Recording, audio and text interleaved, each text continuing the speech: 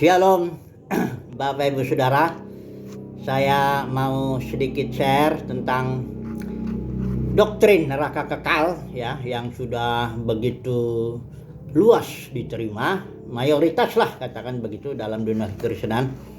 Semua orang yakin bahwa sebagian orang yang terpilih akan masuk surga.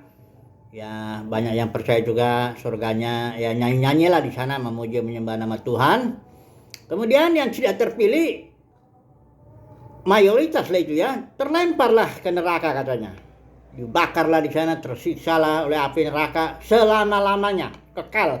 Pengertian kekal itu artinya selama-lamanya dia dipahaminya.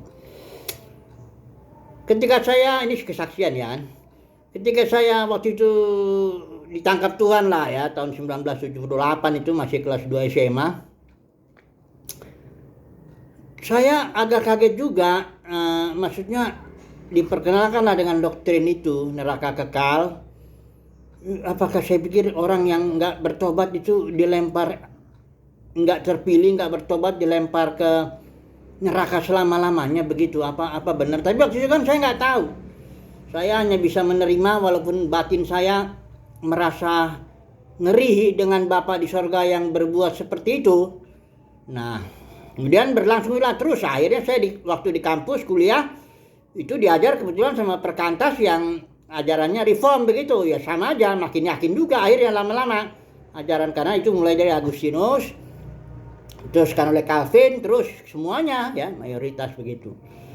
Nah kemudian di tahun 2000-an lah ya, mulai saya berpikir-pikir sepertinya ada yang salah dengan semua ini gitu ya. Kemudian ada teman saya memperkenalkan satu buku, ini bagus ini bukunya ada di internet kok, ini judulnya An Analytical Study of Words by Louis Abbott. Jadi kalau ketik aja begitu, Louis Abbott, Analytical Study of Words, itu langsung keluar, kita bisa baca itu. Kenapa saya menyebut buku ini? Karena buku ini bukan buku yang dibikin oleh atau dipelajari 1-2 tahun gitu terus selesai dia bikin buku begitu, enggak begitu. Ini seorang yang dia lahirnya tahun 1915 ya di Amerika. Nah, dia setelah itu melayani Tuhan jadi pendeta. Nah, itu dia ditantang orang, coba dulu kamu pikir, belajar dulu kamu lagi tentang doktrin neraka kekal ya. Kemudian dia si Abbott ini belajarlah dia 3 tahun ya. Kemudian setelah belajar 3 tahun dia merasa ini saya salah. Tapi dia tahu bahwa alirannya memegang doktrin neraka kekal, sehingga dia akhirnya keluar. Ya berhenti dia jadi pendeta, keluar, dan dia belajarlah. Belajarnya Bapak Saudara selama 50 tahun. Tiap sore itu dia belajar 1-2 jam dia belajar, dan bukunya dia, ini buku referensinya ini ya. Ini lebih banyak dari rata-rata seminari atau sekolah-sekolah kita di Amerika. Saudara tahu buku referensi itu biasanya orang baca hanya untuk keperluan aja, kayak interlinear, kayak kamus-kamus, kayak apa begitu, perlu aja dibaca. Kalau Abbott enggak, dibaca semua. Jadi ini luar biasa, 50 tahun dia belajar hanya 2 kata ini. Yang pertama aion, ini istilah Yunani yang diterjemahkan selama-lamanya atau kekal ya, forever and ever, macam-macam lah. Pendeknya ini kekal, aion diterjemahkannya.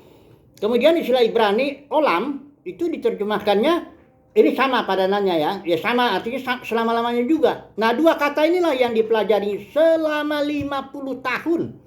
Ini dikatakan di sini setiap jam-jam sore itu atau akhir minggu dia belajar mengenai topik ini. Nah itu kenapa saya bilang ini layak untuk kita perhatikanlah pandangannya. Kenapa? Ya karena dia mempelajarinya sudah sekian 50 tahun itu dia pelajari. Wajar jika kita dengan serius mempelajari ya. Saya ini mempelajari buku ini nggak cuma 1-2 kali saya baca. Bahkan saya sudah bikin video Aion itu di channel YouTube saya, ada 4 video yang mulai dari buku ini. Ya, saya pelajari betul-betul, saya pelajari ya. Jadi, nah kalau orang sudah pelajari begitu ya, sudah sungguh-sungguh dia terus dia juga menentang, nggak apa-apa. Tapi jangan kayak Beo itu. Ada banyak para pengkhotbah nih kayak Beo. Karena alirannya udah ngajar doktrin neraka kekal, ya dia ikut-ikut aja. Ya, dia bilang pokoknya nggak percaya Yesus masuk neraka selama-lamanya. Dia sendiri nggak tahu itu, nggak pernah barangkali belajar tentang, nggak tahu bahkan istilah ayon itu apa, istilah olam Ibrani itu apa, nggak pernah dipelajari. Nah ini yang saya mau berbicara kepada orang-orang seperti ini, para pengajar ini ya, yang dengan membabi buta, membeok, kita kan beok itu sudah nggak pakai pikiran, karena dia masuk telinga langsung mulut keluar, ya. Beok itu begitu, kalau bilang selamat pagi katanya, dia keluar langsung selamat pagi. Jadi enggak, kalau orang belajar itu masuk ke telinganya, dia di otaknya diolah dulu. Ya, kita punya otak ini kan diberikan Tuhan nih. Ada kemampuan konsentrasi, analisis, memori, imajinasi. Coba saudara bayangkan dulu ya, misalnya neraka kekal. Sebagian orang di situ, sementara Bapa di sorga begitu penuh kasih katanya apa sebagainya. Mayoritas orang dibakar selama-lamanya. Coba dulu dibayangkan itu otak mesti dipakai. Ya, itu terutama yang dipakai itu batinnya juga, ya, karena 1 Yohanes bilang dalam dirimu itu sudah ada pengurapan, yang kamu nggak perlu diajar sebenarnya sama saya. Artinya pengurapan itulah yang akan menuntun. Cuman kuncinya saya melihat di sini dia. Coba ada di Yohanes 7:17, baca sendiri lah itu nanti. Yesus ditantang, kamu nggak belajar kau bisa tahu ajarannya dari mana nih orang-orang pemimpin agama Yahudi. Yesus bilang, barang siapa yang mau melakukan kehendak Bapa, dia akan tahu apakah ajaranku ini berasal dari Bapa di sorga atau aku berkata-kata dari diriku sendiri. Yang penting kuncinya ini, barang siapa yang mau melakukan kehendak Bapa. Kuncinya mau enggak melakukan kehendak Bapa? Ada enggak cinta kepada Bapa di sorga? Kalau udah cinta uang, jabatan, kemudian manusia, apalagi alirannya udah begitu wajar, kita nggak mungkin bisa orang tahu kebenaran. Ya, orang harus ada mau cinta ditaruhlah di dalam batin oleh Bapa di sorga. Itu pun anugerah, kasih karunia ditaruh, kasih karunia dalam batin, sehingga kita cinta, kita mau melakukan kehendak Bapa. Nah, kalau kita sudah mau melakukan kehendak Bapa, kita akan tahu apakah doktrin neraka kekal ini benar ataukah sesat.